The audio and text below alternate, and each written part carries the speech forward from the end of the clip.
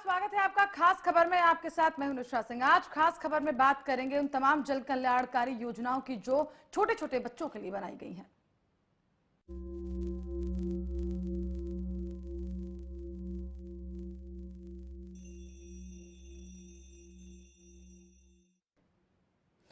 तो एक तरफ कूड़े के ढेर में बचपन दिखाई दे रहा है, तो दूसरी तरफ ऐसी कई सारी योजनाएं हैं जिनको सरकार बनाने का दावा करती है और कहती है कि ये योजनाएं बच्चों के लिए लाभकारी हैं। एक रिपोर्ट देखें जरा।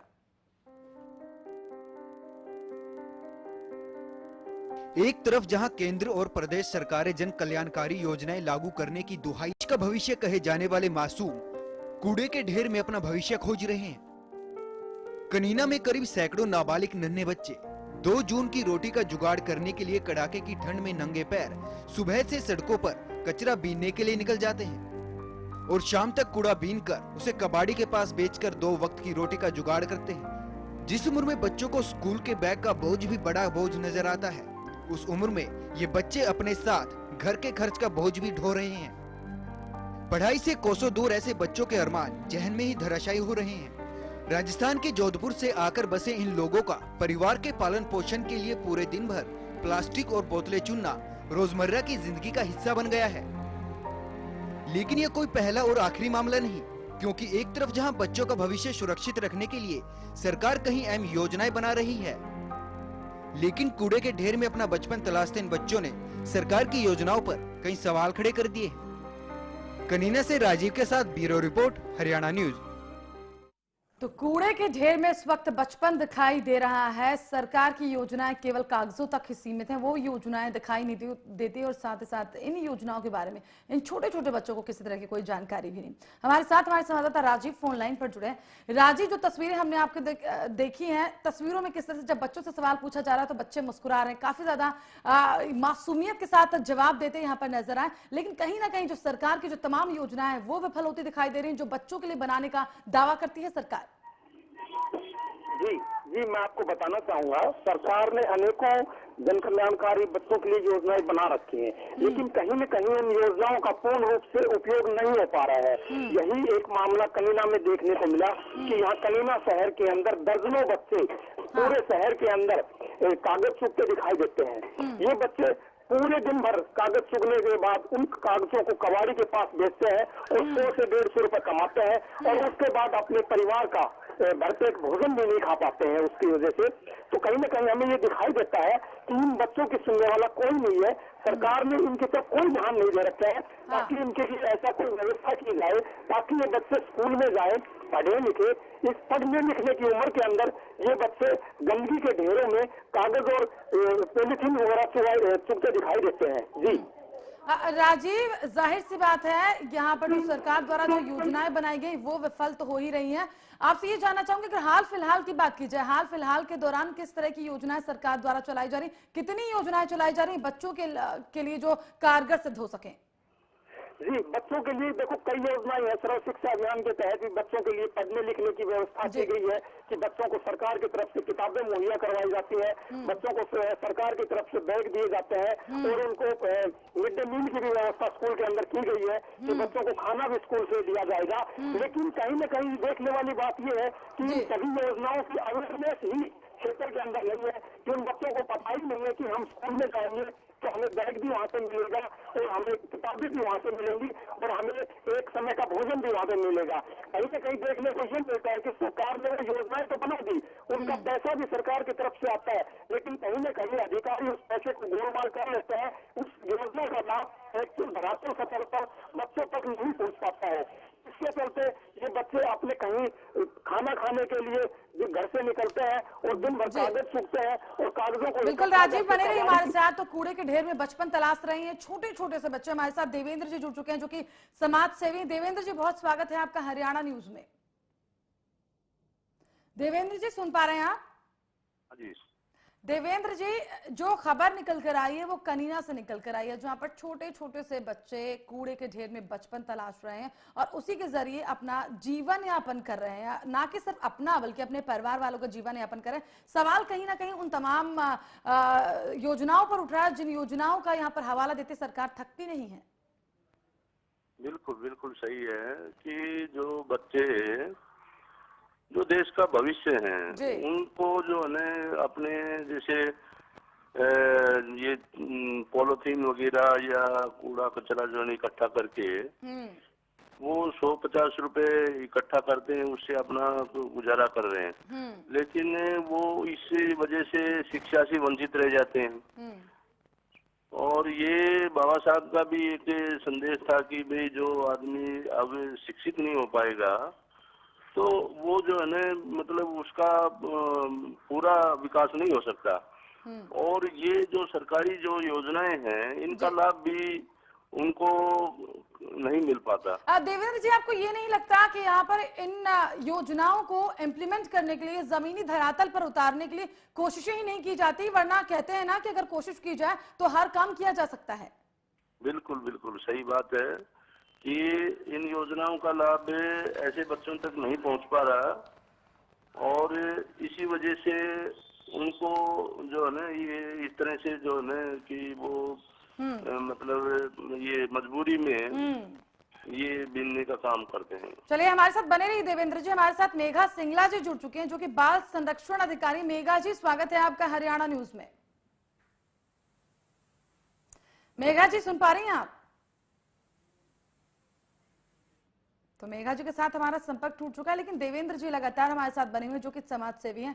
देवेंद्र जी, आखिरकार भारत की जो तस्वीर है कैसे बदली जाए, कैसे तस्वीर और तकदीर बदली जाए? जब अगर पूरी दुनिया में अगर बात की जाए तो पूरी दुनिया में सबसे ज्यादा अगर बात की जाए यहाँ पर भारत में जो बच्चे भीख मांगते हैं वे सबसे ज्यादा नजर आते हैं, सबसे ज्यादा अशिक्षित बच्चे भारत में ही नजर आते हैं। तो आखिरकार जो भारत देश की जो तस्वीर है वो कैसे बदली जाए?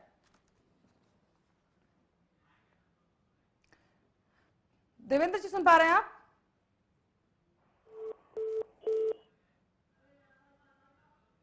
हमारे साथ विधायक साहब क्षेत्र के जुड़ चुके हैं संतोष जी। संतोष जी, स्वागत है आपका।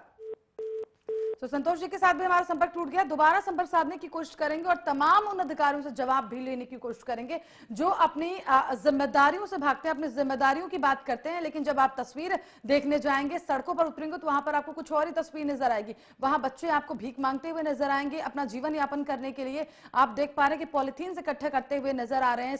कड़कड़ाती ठंड इस वक्त पड़ रही है, लोग घरों से निकलना नहीं चाहते, लेकिन ये छोटे छोटे बच्चे, 4 साल 5 साल के बच्चे सड़कों पर उतरे हैं अपना जीवन यापन करने के लिए, अपना पेट भरने के लिए उन्हें ये काम करना पड़ता है और साथ ही साथ ये अपने परिवार वालों का भी जो है पेट भरते हैं। सवाल ये उठता है कि कई सारी कल्याणकारी योजनाएं बनाई जाती हैं, वो योजनाएं आखिर जाती कहां? क्या केवल कागजी तौर पर वो योजनाएं होती हैं या उन्हें पूरा करने के लिए, उन्हें जमीनी स्तर पर उतारने के लिए क्या किसी तरह की कोशिश भी अधिकारियों द्वारा की जाती है? और अगर वो कोशिश की जाती है तो फिर ये कोशिशें कामयाब क्यों नहीं होती? चूंकि जो तस्वीरें हम आपको दिखा रहे हैं, मासूमियत के साथ ये बच्चे जवाब देते नजर आते हैं, मुस्कुराते हैं।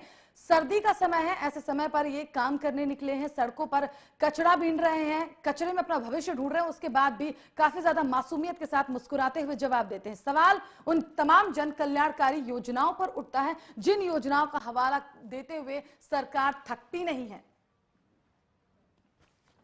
तो कहां है आखिर सरकार की वो तमाम कल्याणकारी योजनाएं?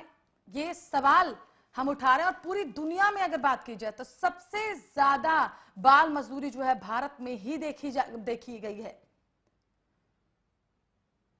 तो जिन बच्चों को देश का भविष्य कहा जाता है, अगर ऐसा होगा देश का भविष्य तो भला कल कैसे संवरेगा और कल कैसे उज्जवल होगा? सैकड़ों नाबालिग बच्चे कचरा उठा रहे हैं। दरअसल हम आपको बता दें कि जो रोजगार पाने की न्यूनतम आयु है वो 14 वर्ष की गई है। बावजूद इसके कई सारे बच्चे यूं ही सड़कों पर आपको काम करते हुए दिख जाएंगे, मजदूरी करते हुए दिख जाएंगे। इसके बाद भी जो बाल संरक्षण विभाग है अपनी पीठ थपथपाते नहीं थकता है। जब भी 1-2 बच्चों को मजदूरी करते हुए छुड़वाया जाता है, उस खबर को बार बार जो है दोहराया जाता है बाल जो विभाग है उनके द्वारा, लेकिन उसके अलावा भी कई सारी तस्वीरें हैं जो अनदेखी रह जाती हैं। उन्हीं तस्वीरों में से ये तमाम तस्वीरें कनीना की हैं जहां पर बच्चे जो है किस तरह से अपना बचपन कचरे में तलाश रहे हैं।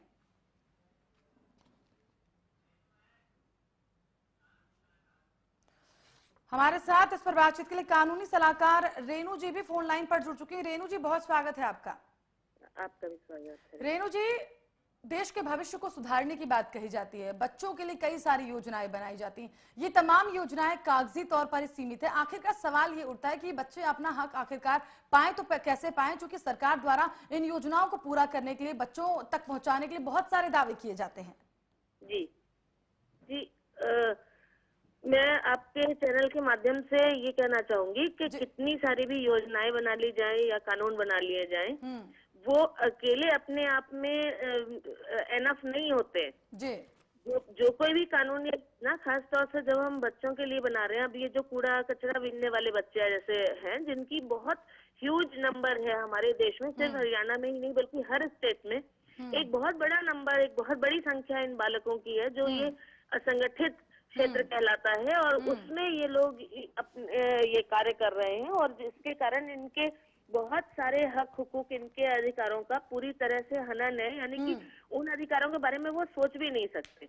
सबसे बड़ी प्रॉब्लम तो ये है कि हमारे कानून में कुछ कमजोरियां हैं। एक कमजोरी सबसे बड़ी ये है कि अगर कोई बच्चा जिसकी आयु 14 वर्ष से कम है और वो अपने माता पिता के साथ अपना कार्य स्थान पर है या कार्य कर रहा है, तो इस जो बाल मजदूरी का जो कानून है वो पूरी तरह से उसमें वहां पर इफेक्टिव नहीं होता है, प्रभावी नहीं होता है, क्योंकि कहा जाता है कि वो अपने माता पिता के संरक्षण में है और सुरक्षित कार्य कर रहा है। तो वो एक कमजोरी है जिसका फायदा उन लोगों को मिल जाता है जो माता पिता या संरक्षक होने के बावजूद भी बच्चों के हकों के प्रति संवेदनशील नहीं है। दूसरी एक बड़ी समस्या ये है कि जो child welfare committees district level पे बनी है और जो स्टेट लेवल पे उनकी मॉनिटरिंग के लिए स्टेट चाइल्ड वेलफेयर कमीशन होते हैं, और साथ ही साथ NCPCR यानी कि जो केंद्र का जो स्ट्रक्चर है, यानी कि ये बच्चों के अधिकारों के संरक्षण के लिए ये समितियां, ये आयोग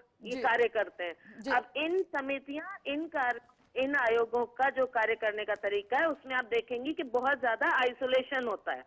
आइसोलेशन इन द सेंस कि ये लोग एक दूसरे के साथ संवाद नहीं रखते, कोऑर्डिनेशन नहीं रखते, इनमें एक दूसरे के जो कार्य हैं उसके बारे में कोई सूचना नहीं होती, यानी कि सूचना गैप बहुत बड़ा होता है, संप्रेषण का गैप, कम्युनिकेशन गैप इन लोगों के बीच में बहुत होता है। साथ ही साथ ये अकेले ये संस्थाएं कार्य नहीं कर सकती, इनको अपने साथ एनजीओ। आप बिल्कुल ना रेणु जी आपके पास मैं आऊंगी दोबारा और जानने की कोशिश करूंगी कि आखिरकार कानूनी तौर पर जो गरीब परिवार हैं, जो छोटे छोटे बच्चे हैं, ये कैसे आखिरकार हेल्प ले सकते हैं जिन्हें इस बात की कानून की जानकारी तक नहीं होती है। हमारे साथ सतबीर सिंह जी जुड़ चुके हैं, SDM क्षेत्र के। सतबीर जी स्वागत है आपका। तो सतबीर जी के साथ हमारा संपर्क जो है टूट चुका है, लेकिन रेणु जी जो कि कानूनी सलाहकार है वो हमारे साथ जुड़ी हुई। रेणु जी सुन पा रही हैं आप? रेणु जी आवाज पहुंच रही है आप तक? जी बिल्कुल पहुंच रही है। रेणु जी मैं आपसे ये जानना चाहूंगी, जो ऐसे परिवार होते हैं, जो गरीब तबका होता है या जो छोटे छोटे बच्चे होते हैं, इनके लिए तमाम सारे कानून भी बनाए जाते हैं, योजनाएं भी बनाई जाती हैं, लेकिन उन्हें उस बात की जानकारी नहीं होती है। अगर कोई परिवार जो अशिक्षित है, उसे इस बारे में जानकारी नहीं है, सवाल ये उठता है कि आखिरकार वो जानकारी प्राप्त कैसे करें, जानकारी हासिल कैसे करें? जी देखिए, जानकारी का सबसे बढ़िया तरीका तो ये है कि जो ऐसे परिवार वही हैं जो शिक्षा से बिल्कुल वंचित हैं, बिल्कुल शिक्षित नहीं है। सबसे बड़ी समस्या है कि वो पढ़ के जानकारी स्वयं नहीं ले सकते। तो उन तक जानकारी पहुंचाने के लिए जिला लेवल पर जो कमेटीज बनती हैं, इनको जो है आगे बढ़ना होगा। साथ ही साथ एक 1098 नंबर जो चाइल्ड लाइन का पूरे देश भर में है और जिसमें अच्छे रिजल्ट्स भी आ रहे हैं, ये 1098 के बारे में ज्यादा से ज्यादा इनकी पहुंच बन सके, इसके लिए जिला लेवल पर एनजीओ के साथ कोऑर्डिनेट करते हुए और स्कूल के बच्चों को ये काम दिया जाए, और घर घर में जहाँ पर ये घरेलू मजदूरों के रूप में कार्य कर रहे हैं या जहाँ सड़कों पे, होटलों में, रेस्टोरेंट्स में ये काम कर रहे हैं, वहां पर अगर चित्रों के माध्यम से ये चीजें बनाई जाएं, और साथ ही साथ टीवी आप कितना भी गरीब आदमी है टीवी जरूर लेता है, और सड़कों के ऊपर छोटे छोटे जहाँ पे ये जैसे रेलवे स्टेशन हो गया, रेलवे स्टेशन पे बहुत ही घूमते मिलते हैं, वहां पर मंदिरों के बाहर वहां पर स्क्रीन्स लगा करके और चित्रों के माध्यम से इनको या बातचीत के माध्यम से इनको अगर ये सूचना दी जाए और खाली 1098 नंबर को ही अगर प्रचारित किया जाए। बिल्कुल बिल्कुल रेणु जी, आप अहम जानकारी यहाँ पर दे रही हैं कि जो 1098 नंबर है यहाँ पर कांटेक्ट किया जाए और यहाँ जो चाइल्ड वेलफेयर के लिए देश भर में एक्टिव है। जी बिल्कुल, तो कोऑर्डिनेशन 1098 पर कॉल करके कोऑर्डिनेशन बिठाया जा सकता है। आपसे मैं ये जानना चाहूंगी, सवाल यहाँ पर ये भी उठता है कि जब कानून की जानकारी ना हो तब किस तरह की स्थिति पैदा होती है? तब सबसे बड़ी प्रॉब्लम यही पैदा होती है कि बच्चे का शोषण होता रहता है और उसके संरक्षक ही कई दफे उसके शोषण में माध्यम बन जाते हैं। जिन लोगों की जिम्मेदारी बच्चे को संभालने की है वो ही 2-4 पैसे कमाने के लालच में या बच्चे को इसमें झोंक दिया जाता है, उसके बचपन को पूरी तरह से बर्बाद कर दिया जाता है। और सबसे बड़ी चीज यही है कि पेरेंट्स को जानकारी, हमें ये पता लगाना चाहिए कि ये पेरेंट्स कहाँ पर इनकी उपस्थिति जो है वो निश्चित। तो 2-3 जगह तो मैंने देखा है कि रेणु जी आपके पास वापस आऊंगी, लेकिन यहाँ पर एक छोटे से ब्रेक ले रुकना होगा। लगातार रेणु जी हमें अहम जानकारी दे रही है कानून से संबंधित कि आखिरकार चाइल्ड वेलफेयर के लिए जो सोसाइटीज जो बनाई जाती हैं आखिरकार उनका फायदा बच्चों को कैसे मिले। फिलहाल यहाँ एक छोटे से ब्रेक ले रुकते हैं, जल्द हाजिर होते हैं।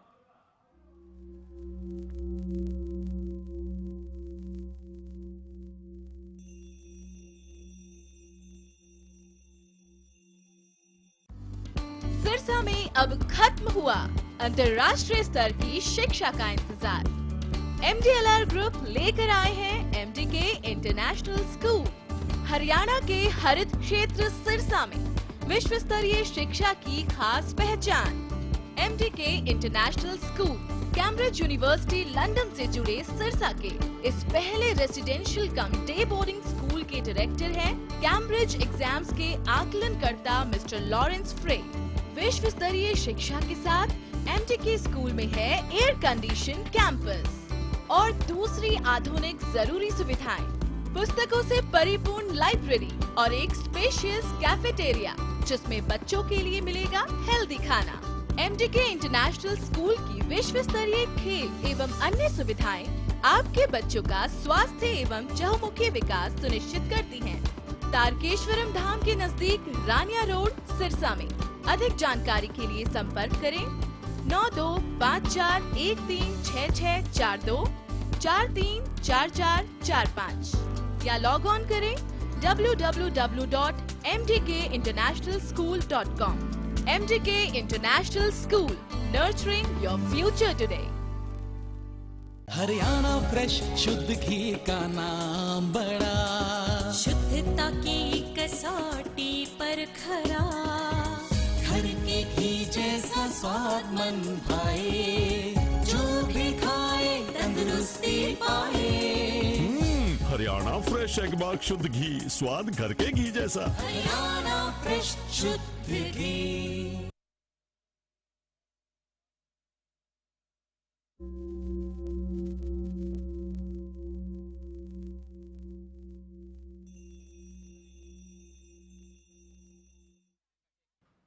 तो ब्रेक के बाद बढ़ते आगे, लगातार हम बात कर रहे हैं कि किस तरह से कूड़े के ढेर में बचपन दिखाई दे रहा है। दरअसल ये जो तस्वीरें निकल कर आई हैं वो कनीना की तस्वीरें हैं, जहां पर कनीना में छोटे छोटे बच्चे कूड़े के ढेर में बचपन तलाश रहे हैं, कूड़े के ढेर में काम कर वहां से चीजें निकाल कर अपना जीवन यापन कर रहे हैं, अपना पेट पाल रहे हैं, और ना कि सिर्फ अपना बल्कि अपने परिवार वालों को भी। हम आपको बता दें पूरे देश में भारत में सबसे ज्यादा बाल मजदूरी जो है की जाती है और यहाँ पर सबसे ज्यादा आंकड़े जो है भारत के ही हैं। दरअसल अगर बात की जाए कनीना की, कनीना में छोटे छोटे बच्चे कचरे के ढेर में अपना भविष्य तलाशते नजर आए। ये वो भविष्य है जिन्हें हम कहते हैं कि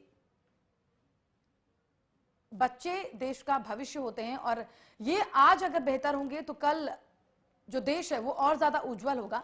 लेकिन तस्वीरें कुछ और ही बयां कर रही हैं। योजनाएं इन बच्चों के लिए कई सारी बनाई जाती हैं, उन योजनाओं का इंप्लीमेंट नहीं किया जाता। उसी के अभाव में ये तमाम बच्चे किस तरीके से आज सड़कों पर हैं। अपना पेट भरने के लिए, 2 वक्त की रोटी के लिए उन्हें खुद ही जद्दोजहद करनी पड़ रही है।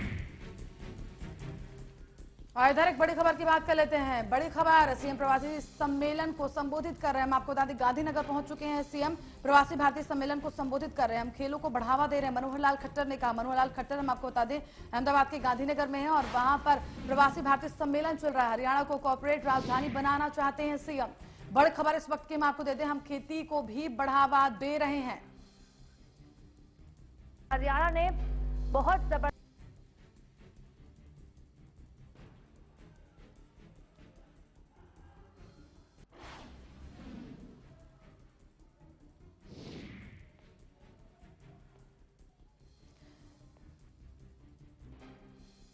पर हम आपको बता दें, सीएम साहब इस वक्त मौजूद है प्रवासी भारतीय सम्मेलन में और संबोधित कर रहे हैं। साथ ही साथ उन्होंने कहा कि खेलों को लगातार बढ़ावा दिया जा रहा है। खेल के नाम से प्रदेश का नाम जाना जाता है और साथ ही साथ खेती के नाम से प्रदेश को जरूर जाना जाता है। तो इन दो चीजों को बढ़ावा देने की बात यहाँ पर मुख्यमंत्री साहब ने कही। उन्होंने कहा कि हम खेती को लगातार बढ़ावा दे रहे हैं और साथ ही साथ खेलों को भी बढ़ावा दिया जा रहा है। हमारे युवा हमारे देश की जनसंख्या का महत्वपूर्ण हिस्सा है। दरअसल प्रवासी भारतीय सम्मेलन चल रहा है अहमदाबाद के गांधीनगर में। 13वां प्रवासी भारतीय सम्मेलन है। औद्योगिक क्षेत्र में विकास करना सरकार की प्राथमिकता और उसी के मद्देनजर मुख्यमंत्री हम आपको बता दें गांधीनगर पहुंचे हुए हैं और यहां पर कहा यह जा रहा है कि जो औद्योगिक जगत के लोग वहां पर हैं उनसे बातचीत कर प्रदेश में निवेश को जो है बढ़ावा दिया जाएगा, जिससे निवेशक जो है प्रदेश की तरफ आकर्षित हो। हरियाणा को कॉर्पोरेट राजधानी बनाना चाहते हैं सीएम खट्टर। दरअसल सीएम खट्टर उस वक्त मौजूद हैं अहमदाबाद के गांधीनगर में। प्रवासी भारतीय सम्मेलन चल रहा है, वहां पर 13वां सम्मेलन है और यहां पर मुख्यमंत्री साहब संबोधित कर रहे हैं और साथ ही साथ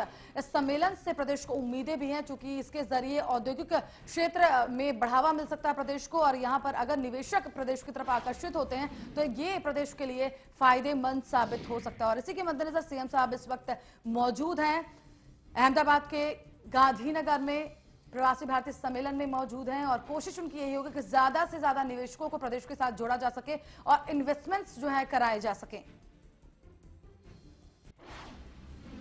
हमारे साथ राजनीतिक विशेषज्ञ JS नैन साहब जुड़ चुके हैं। नैन साहब, बहुत स्वागत है आपका।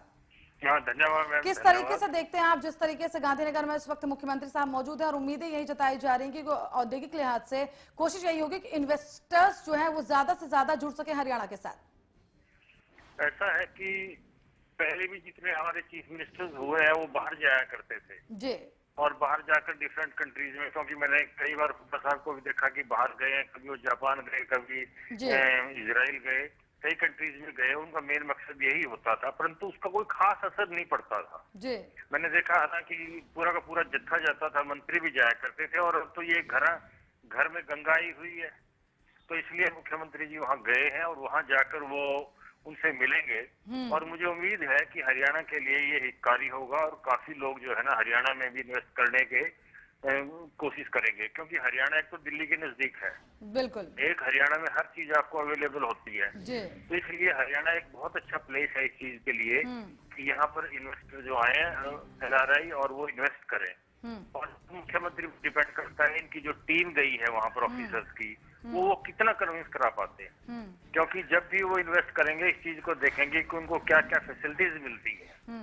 अगर ये अच्छी फैसिलिटीज दे पाए और यहाँ उनको इन्वेस्टर्स को कन्विंस कर पाए तो यहाँ पर बहुत संभावना है कि बहुत से जो इन्वेस्टर्स हैं वो यहाँ पर आएंगे और अपना पैसा यहाँ पर लगाएंगे, जिससे कि हरियाणा का जो है ना वो डेवलपमेंट में उसको नैन साहब, क्या लगता है जिस तरीके से दिल्ली के नजदीक होने का फायदा लगातार प्रदेश को मिलता रहा है, इस बार भी चूंकि इन्वेस्टर्स गुड़गांव की अगर बात की जाए, गुड़गांव के मद्देनजर यहाँ पर इन्वेस्ट कर सकते हैं और इसका फायदा इस बार भी मिल सकता है?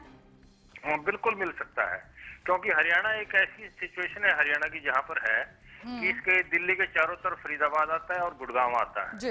दोनों इंडस्ट्रियल प्लेस है, खासकर गुड़गांव तो आजकल नंबर 1 पे चल है, तो इसलिए गुड़गांव की वजह से हरियाणा में और इन्वेस्टर्स आ सकते हैं और इसका फायदा दिल्ली के नजदीक होने की वजह से हरियाणा को इसका फायदा पहले भी मिला है और आगे भी इसका फायदा जो है ना वो मिलेगा। बिल्कुल, बहुत शुक्रिया आपका जय साहब हमारे साथ जुड़ने के लिए। तो हमारे युवा हमारे देश की जनसंख्या का महत्वपूर्ण हिस्सा है। दरअसल ये तमाम बातें हम आपको बता दें कि जो प्रवासी भारतीय सम्मेलन चल रहा है अहमदाबाद के गांधीनगर में, वहां पर मुख्यमंत्री साहब ने कही, मुख्यमंत्री वहां पर संबोधित कर रहे हैं और साथ ही साथ औद्योगिक लिहाज से भी इसे खास और अहम माना जा रहा है, क्योंकि ये उम्मीद जताई जा रही है कि अगर इन्वेस्टर्स हरियाणा का रुख करते हैं तो ये प्रदेश के लिए काफी ज्यादा फायदेमंद साबित होगा। और यही इसी कोशिश में इस वक्त मुख्यमंत्री हम आपको बता दें कि ज्यादा से ज्यादा इन्वेस्टर्स को जो है प्रदेश के साथ जोड़ा जा सके।